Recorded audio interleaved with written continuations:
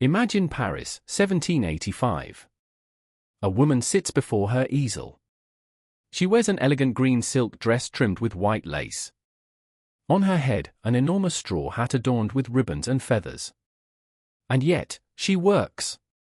She paints. And she stares directly at us, with a self-assurance that very few people dared to project in that era. Behind her, two young women watch and learn.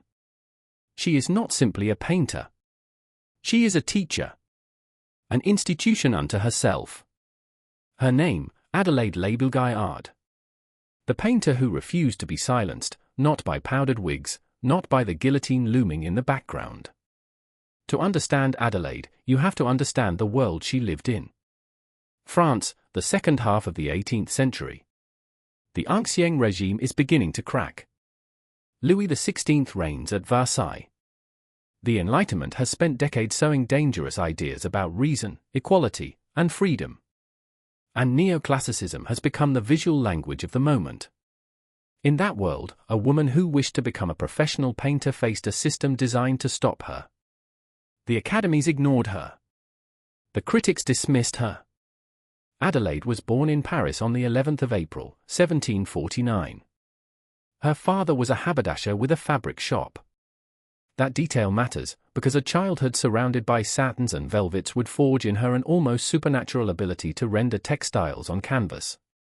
She trained in 3 disciplines, miniature, pastel, and oil, driven by the determination to master all of them.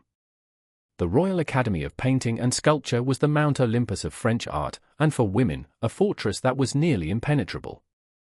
On the 31st of May, 1783, Adélaïde was admitted to its ranks alongside Élisabeth Vigée Le Brun. They were only the 12th and 13th women ever to achieve this in the entire history of the institution. Adélaïde entered on her own merits, with no crown to vouch for her. The establishment's response was devastating. Anonymous pamphlets accused her of passing off the work of a male colleague as her own. Her reply, as if my sex were eternally condemned to mediocrity. 2 years later, she presented her most ambitious work, Self-Portrait with Two Pupils. The painting approaches the scale of history painting, a genre reserved for men.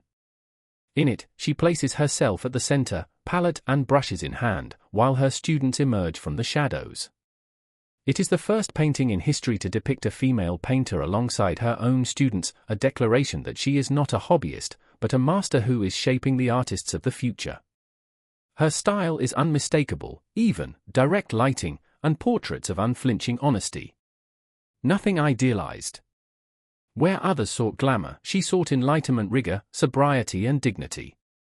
In 1789, the French Revolution erupted. Adélaïde stayed in Paris, destroyed the works that tied her to the monarchy, and went on to paint the new masters of France, including Robespierre. She survived. She thrived. She even secured a state pension and a studio in the Louvre. In her personal life, she exercised her freedom by legally divorcing her first husband and formalizing her union, already past 50, with her companion of many years, François-André Vincent. Adélaïde Labille-Guiard died in Paris on the 24th of April, 1803. She was the first woman in the history of French art to put in writing a demand for women's equal access to professional artistic training. The Academy rejected her petitions at the time. But the seed had been planted.